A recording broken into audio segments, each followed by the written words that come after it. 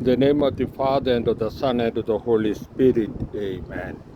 O blood and water which got forth from the heart of Jesus, hath the fount of mercy, forgiveness, protection, and deliverance from all attack of the satanic powers, Satan and his devils and demons, for our families, for our children, for our social media, and upon our own churches, including Vatican, and all our families. We trust in you.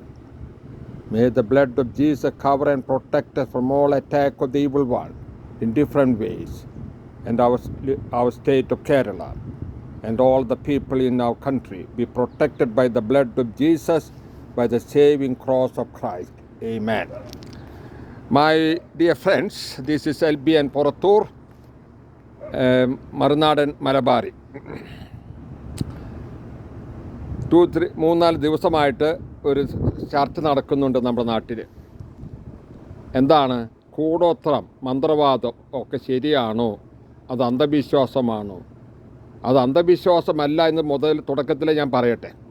പിശാചിന് നമ്മെ ദ്രോഹിക്കാൻ കഴിയും, അതിനുള്ള ശക്തി അവനുണ്ട്.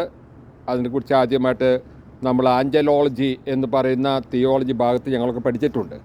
അതിനേക്കാൾ കൂടുതലായിട്ട് എൻ്റെ ഈ ശുശ്രൂഷ കാലഘട്ടത്തിൽ ഞാൻ പഠിച്ചു കഴിഞ്ഞു.